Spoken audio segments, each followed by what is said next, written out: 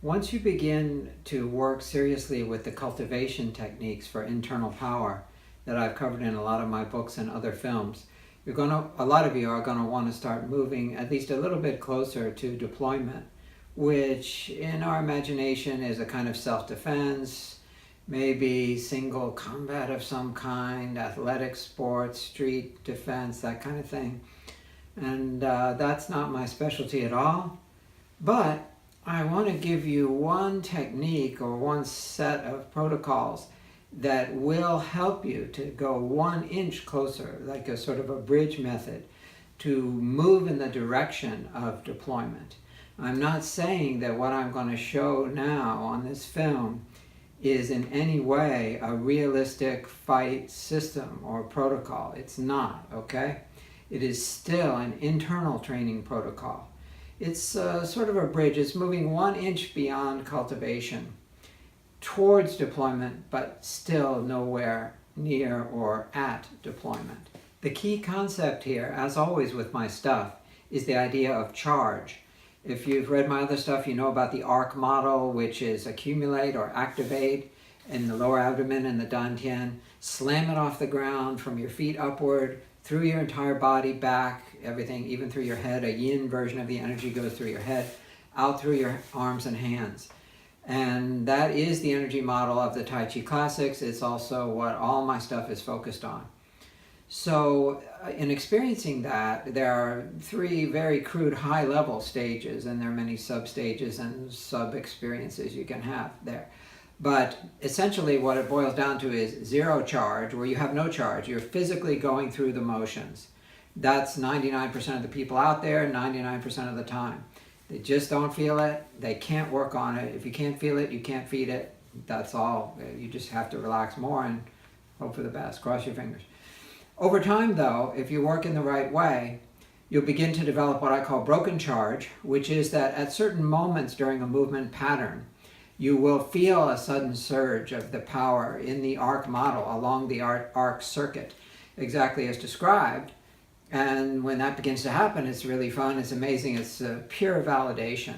And it's like, whoa, this stuff is real after all. He's not just bullshitting us like I thought he was. Okay, fine, but that's still broken charge. That's the next level. Over time, though, you realize, wait a minute, I don't have to let the charge drop just because I'm initiating a new physical movement, or I'm in a new stance or a new configuration. I can actually carry that charge straight through. And you realize that you can keep it continuously all the time. You can maintain a state of charge throughout as long as you want, really. You can make a game of it to see how long you can keep that state of charge. So the exercise I'm going to show in this film is assuming that first you at least have some concept, some realistic experience of this charge. If you don't, you're just going to be playing with objects and it's really completely meaningless. So this isn't for beginners, even though it's not a hard-ass combat technique. So I'm not saying, wow, this is so advanced, it's so dangerous, it's so, you know, you got to be a black belt in karate before you can touch this stuff. Of course not. That's not what I mean when I say it's advanced. What I mean is, if you don't feel at least the broken charge, you're completely wasting your time performing the kind of stuff that I'm going to show. In fact, the kind of stuff I'm going to show on this film is so dorky and ridiculous looking that you'd be embarrassed to be practicing it if you didn't feel the charge. In fact, even if you do feel the charge, you're still going to feel like a total idiot practicing this stuff. That's how dorky it looks. But you can practice in private. I'm the only one who's going to go out on a limb and show this ridiculous stuff on a public film. But practice in private, get over yourself. Remember the words of the great master Vladimir Vasiliev, don't care how you look, okay? Because this is really goofy stuff. But I can tell you that this comes from, well, the mechanical framework I'm going to use to demonstrate this principle comes from Yi-Tren, not the fake Bay Area, no-touch Yi-Tren, not that branch, the real hard-ass combat branch, as represented by Master Yao Chengguang in Beijing, where I studied for a very intense summer and then another trip after that, another long trip after that. 12 hours a day, 6 days a week, half days on Sundays. And no matter how goofy this stuff is going to look to you in terms of its external mechanics, I really wish you someday have a chance to work with someone like Master Yao or his brother or people in that group, because you know, you're going to think it's so unrealistic and stupid and everything. But if you, if you crack as much as the hint of a smile in front of Master Yao, you'll be invited to spar, no holds barred, full contact, light gloves, and you'll be very lucky to walk away after the first 60 seconds of that with all your teeth and no other serious bodily damage. So, you know, he's a real fighter.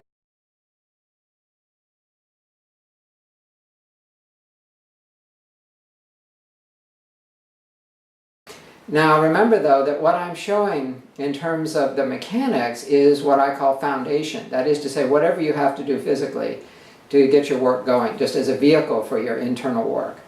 And the actual internal work is simply a matter of maintaining the charge while dealing with something external to yourself. Instead of pure meditation mode, you're actually interacting with something. No matter how babyish and unreal and controlled and fake and artificial, I know, of course.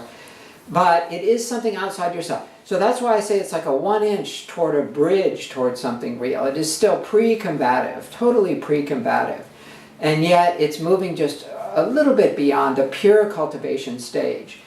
Similar to the staff work that I've showed recently, the spiral energy staff work that I've showed on the nuclear Neigong films, the two of those, the little set. That also takes you just 1 inch beyond yourself. So this has that same character, but it's just a different physical framework that I'm using to show it.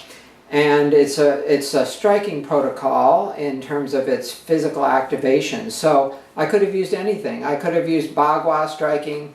I could have used praying mantis, which I studied for many years, and I love their protocols for striking.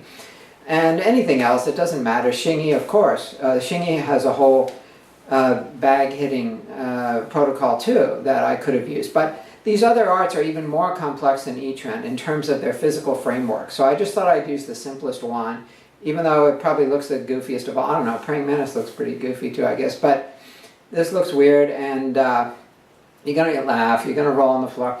That's okay. I'm willing to sacrifice my dignity in order to give you guys a chance. It's up to you now whether you want to find the real gem, the jewel that is hidden in this kind of work. So the work I'm talking about here is striking a bag. Now in boxing, of course, a typical boxing gym, there are all kinds of bags you can strike, double end bag, heavy bag of different sizes and shapes. Now they have all kind of special shapes, like for hitting the midsection, a special bag for that, or just for the head, there's double end bags, and of course the speed bag. So there's a lot of bag hitting going on, and why don't you just do that? Well, that is where we get into the interesting contrast between external and internal training. And people like to say, oh, it's all the same thing. This is an outdated, ridiculous idea, the difference between internal and external. How could there be any difference? There's just your body, your mind, your nerves, your psychology, and that's all there is to work with. In a way, that's true, but on the ground, when you're training, that's completely false. The internal way of working, even striking a bag, is radically different from the external way. So I'll just show you a brief clip of a typical, sort of ordinary boxing gym type of work, just for fun. And you'll see that there, although you must stay relaxed, it's not a question of the difference between being relaxed or not. Boxers are among the most relaxed people you'll ever meet. They have to be, because you'll gas out if you're not. You'll gas out within 30 seconds fighting anybody in the ring. 30 seconds, and you got 3 minutes to get through. So of course they're relaxed. Their shoulders are relaxed, they move really well. That's not the issue. It's whether you explicitly take on the goal of working with the energy that comes from the relaxation. And of course boxers stop long before that. I'm not saying that in a bad way. They go very far in another direction, but not in that direction. So there is a radical difference. You stay relaxed when you when you work with a bag striking in boxing, but your fist, it has to be hard at the moment of impact. You can loosen it up in between the hits, but you've got to be hard at that moment. And essentially it's an aerobic exercise that works your muscles and tendons and all that kind of stuff, and timing and everything.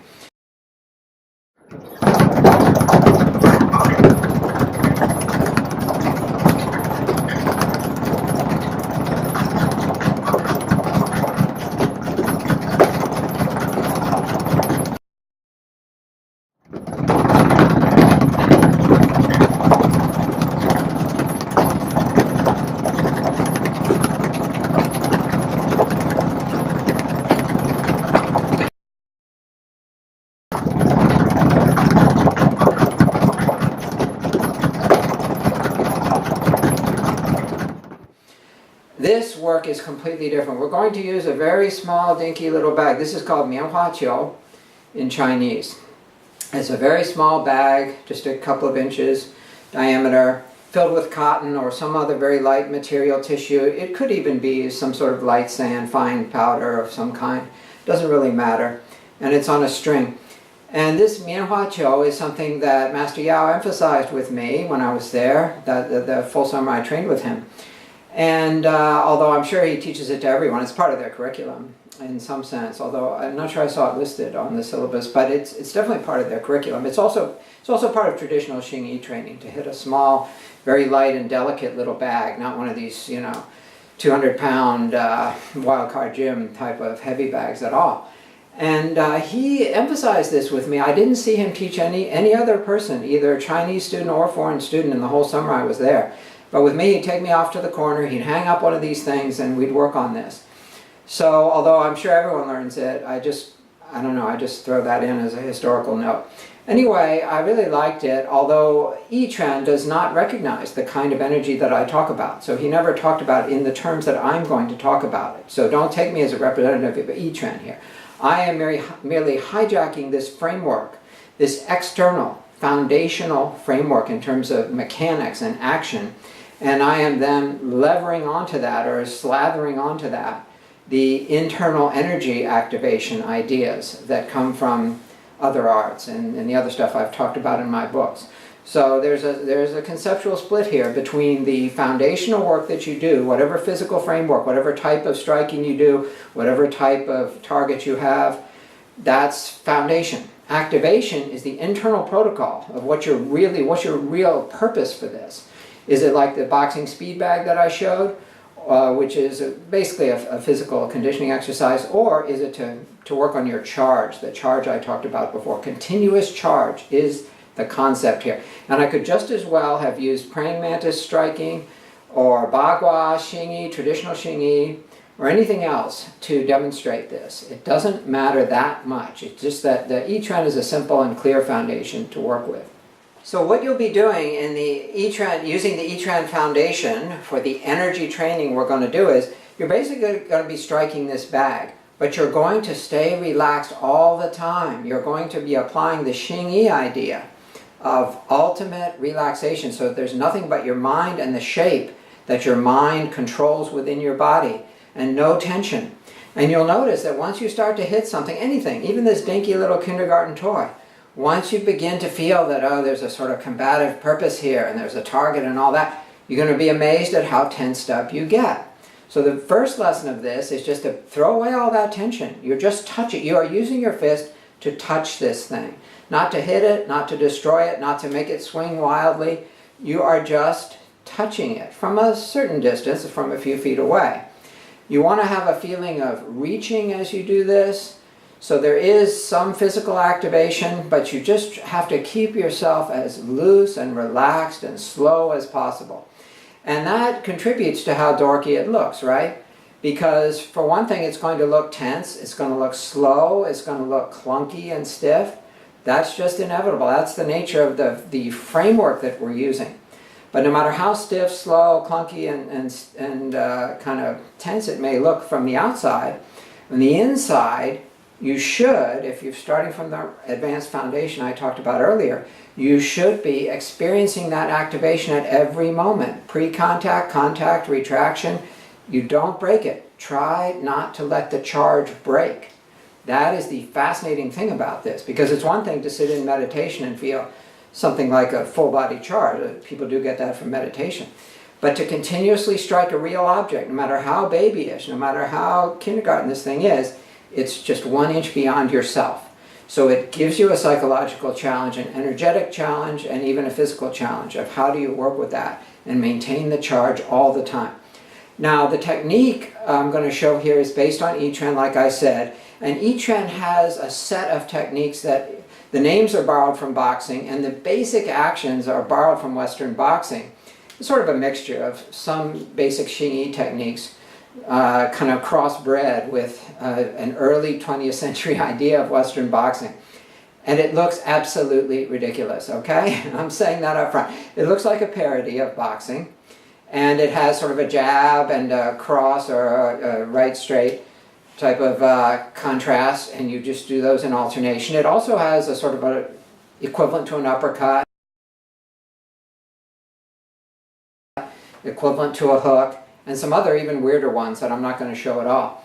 But all of them look ridiculous, and all of them are incredibly powerful and really scary in the hands of Master Yao, and I assume his father and others who developed this. So, you know, you can laugh at it, you can have fun with it, and it does look stupid, and you're going to feel stupid doing it, but it's really fun once you get the charge going. If you don't experience the charge as you do this, it's hopeless. It's psychologically hopeless. You won't even want to do it. It's just, you'll feel there's no value to it at all.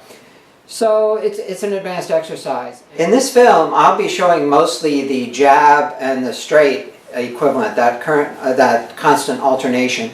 That's the fundamental striking technique for use with the mianhuaqiu in Yiquan. And that's probably where, even if you knew the entire set, the entire inventory of quasi-boxing striking techniques, you would spend most of your time on that anyway.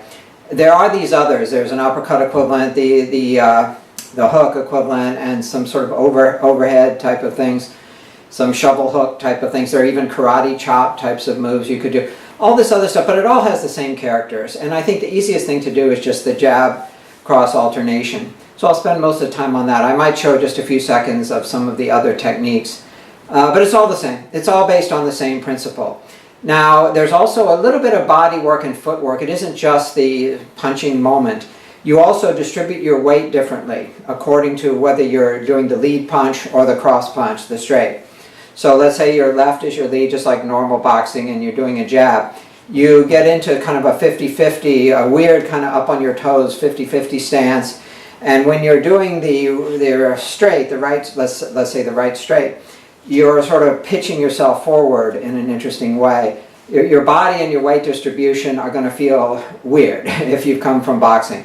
It's like boxing in a parallel universe or something.